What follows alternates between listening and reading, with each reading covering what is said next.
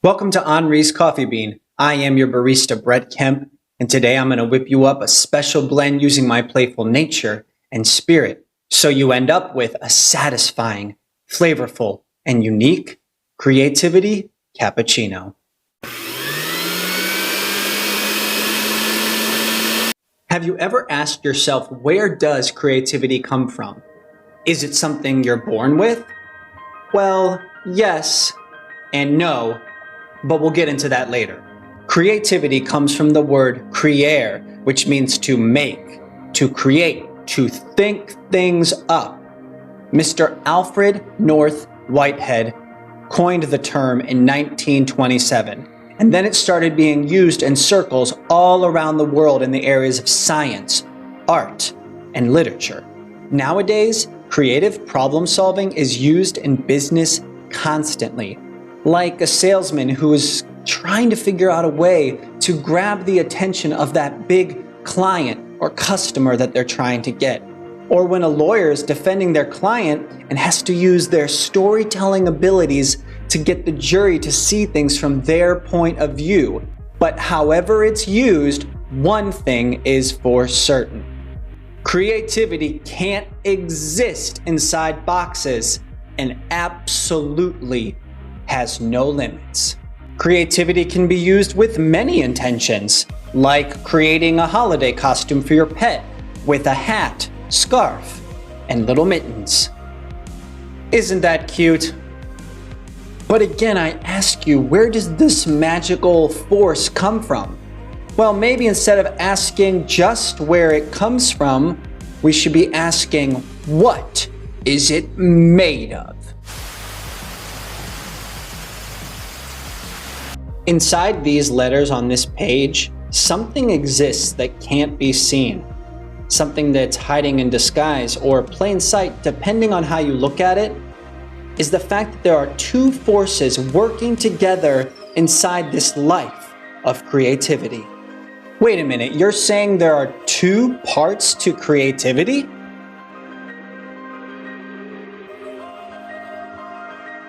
Exactly. Think of it like this.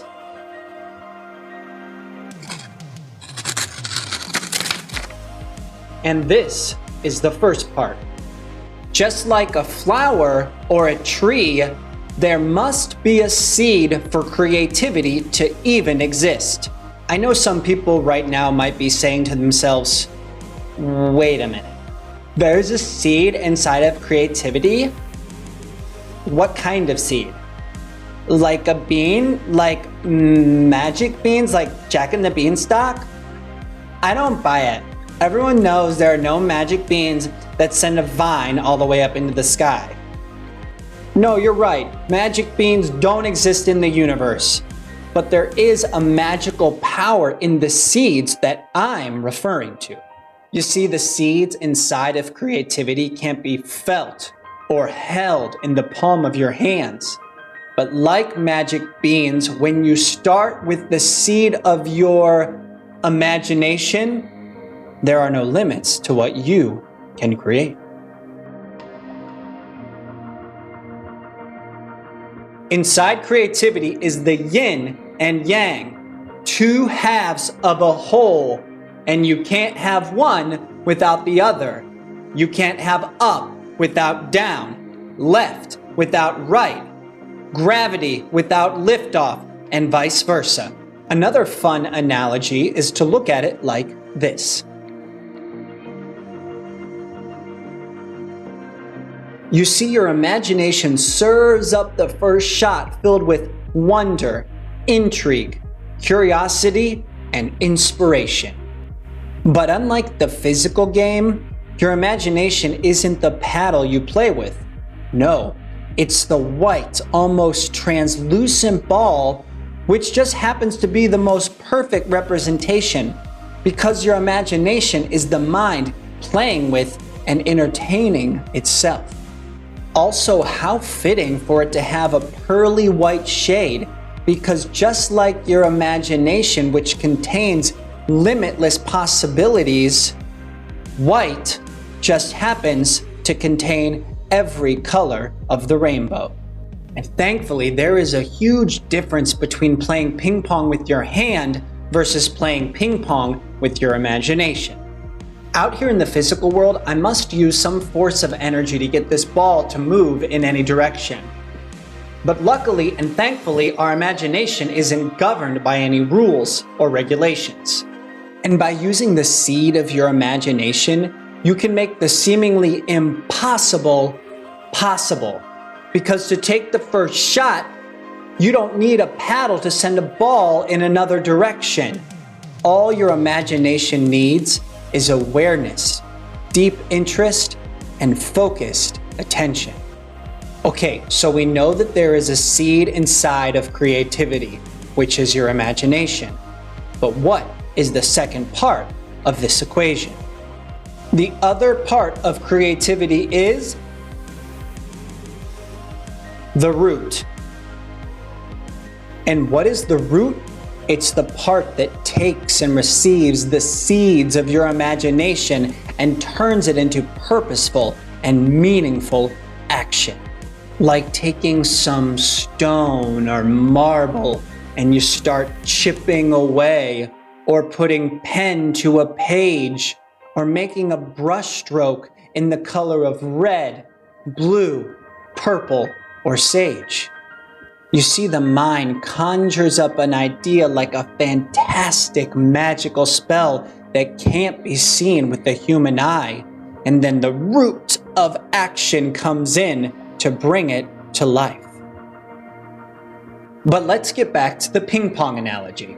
You have the ball, which is your imagination, and then once this ball is shot to the other side of the line from all the energy built up inside, from your awareness and attention, this is where the root of action inside of creativity is ready, waiting, and willing to receive your imagination's translucent message. For the root and the seed in this game are working together as a team.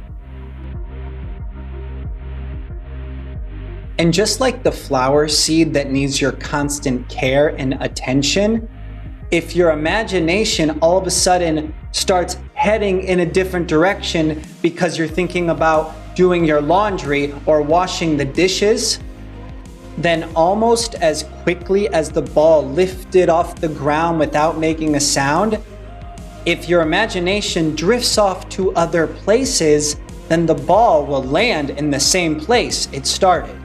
But if you hold that magnificent idea in your mind, that's all the energy needed to keep it alive. But let me ask you this, once the seed and the root have made their first connection, what happens next? Well, just like in the game of ping pong, you're going to send the ball back over, which in this case happens to be the moment you take the first bit of action. Let's use writing as an example.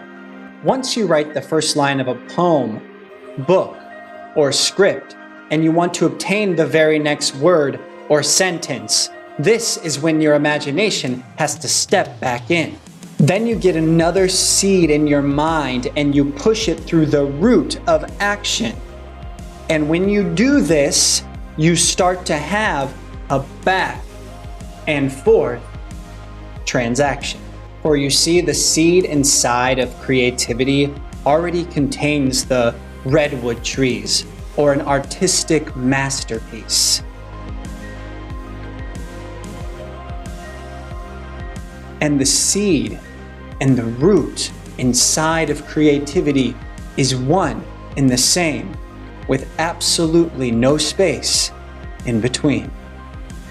Earlier on, I asked you if creativity is something you are born with. And if you remember, I said yes and no. Let me express this sentiment with some emotionally charged language. I wrote a poem and I would love to share it with all of you. Creativity is the same energy that turns the act of lovemaking into the ultimate creation, showing its magnificent little faces all around the world each and every single day. The act of creation and creativity are one and the same, containing the same energy inside the roots and trees, And for you and me, creativity is the blood coursing through our veins. And no matter what anyone has said to you, by nature, you are a creative being, and there is no separation between the two. For creativity is innately inside of you, so there is nothing for you or anyone to prove. However, even though you are born with this ability from the moment you open your eyes for the very first time, if this essence and power isn't cultivated and used, it will start to get weak and atrophy. But luckily and thankfully, it can never die. But like anything in life, if you do something on a daily basis, and in this case, let your imagination's playful spirit lead to wonderful actions of creativity, then this superpower grows and expands, leaps and bounds, and starts to sing out like a wolf howling at the moon, calling out to the universe saying, "I'm alive, and while I have the time, I will not take these gifts given to me lightly. And every day I will use the power of creativity to remind me there is no space between the Creator and me."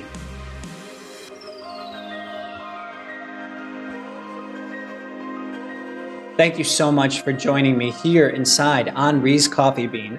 I hope you enjoyed your delicious and wonderful creativity cappuccino. Please feel free to like, subscribe, and share with a friend. Also, check out all the other videos we'll be posting every week. And remember, here inside Henri's Coffee Bean, we believe that empathy, equality, and inclusion is the only way we'll move forward in our human evolution. And come together and help one another, and realize that we're actually all sisters and brothers. And that the space between you and me is actually an invisible field of energy, connecting everyone and everything you see. Peace and love.